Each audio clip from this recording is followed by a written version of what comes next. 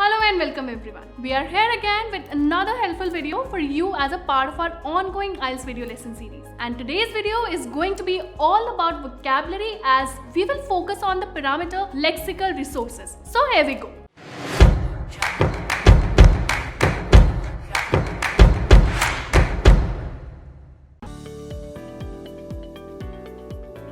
The parameter lexical resources is a score determining factor in both speaking and writing tests. This criteria play quite a major role in assessing one's language skills and knowledge, as it determines 25% of the total score. This assessment criteria checks if the candidate is able to convey their ideas freely and without much difficulty. Also, it marks test takers based on how flexibly they can explain premises verbally and non-verbally. Knowledge and usage of different word classes with ease can just as well fetch someone decent scores in this parameter. It further checks if the candidate can use a variety of language items naturally. Also, if one is aiming for higher band scores such as 7 or 8 or above, they should display natural usage of uncommon words in their language. While all these features could help test takers get a boost in their overall scores, repetitions could unfortunately do the opposite. Using the same words over and over again can impact the scores badly, as this shows the limitations of one's language skills.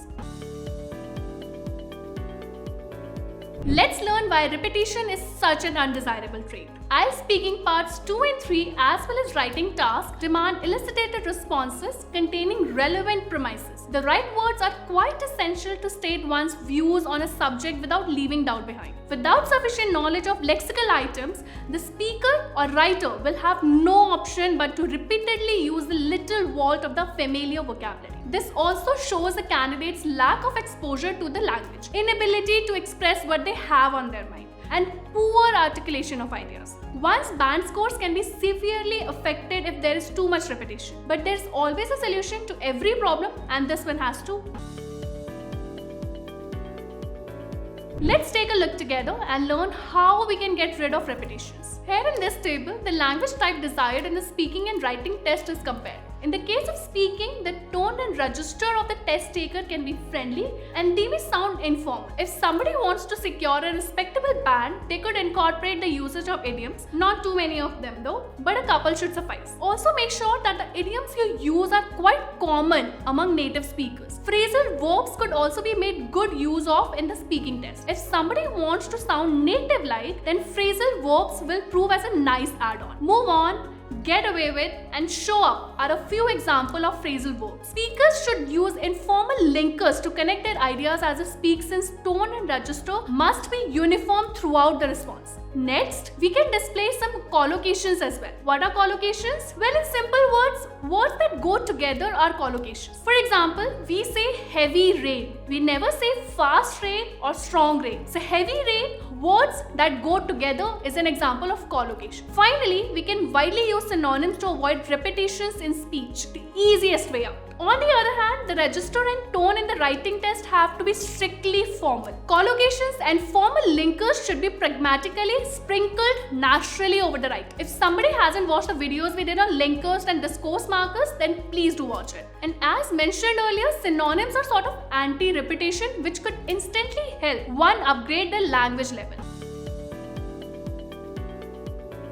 Let's take a look at a few synonyms which you can use in your language too. We have compiled a list of the most commonly used words here to make the job easy for you. Let's commence with the word say, as in some people say. In place of say, we can go with believe, assert, affirm, to be of the opinion, opine, and perceive. They would do the same work as say would. The second word is important. I guess we all use it a lot. So what could be its replacement? Well, we can use major, key, vital, significant, salient, essential, and crucial. And as you can see, these words aren't uncommon. We are familiar with all of them. The only thing is that we need to refresh them in our memory and transfer these from our passive knowledge to active knowledge so that they could stay on the top of our heads. And then we have people. Would look very nice if we kept on using the word people everywhere. We could replace that with public, common people, general public, and society. Next we have big. A basic word such as big doesn't really have the power to fetch you a high band. Instead, use huge, mammoth, humongous, gigantic, monumental, and colossal. Small can be replaced by little, minute, tiny, minuscule, microscopic, and nominal. Make sure you make a choice between these on the basis of the degree and intensity of the small you wish to depict. In place of many, we could say or write a lot of, a lots of, or lot of would be incorrect. Plenty of, plethora of, a good amount of, ample, and several or some more substitutes for many. Then comes information, which means data, details, knowledge, and a piece of information. You can keep switching between these synonyms to reduce the scope of repetition. Words similar to idea include notion, premise, perception, belief, and point of view or viewpoint. These are interchanged like the previous word list. Another common word that is commonly repeated is benefits. Instead of benefits, advantages, pros, perks, upsides, and merits could be used. And now the opposite, drawbacks could be replaced by disadvantages, downsides, demerits, cons, and limitations. Once again, it is clear that these vocabulary items are in the common knowledge, yet test takers tend to forget using them. Then we have the word method. Way, methodology, technique, and procedure would work just as fine when used in the right context. And then there would be instances where you would need to discuss your or somebody else's agreement. So here is how to agree without using the word agree. You could simply go with the phrases to feel the same, to be of the same mind, to support, and to favor.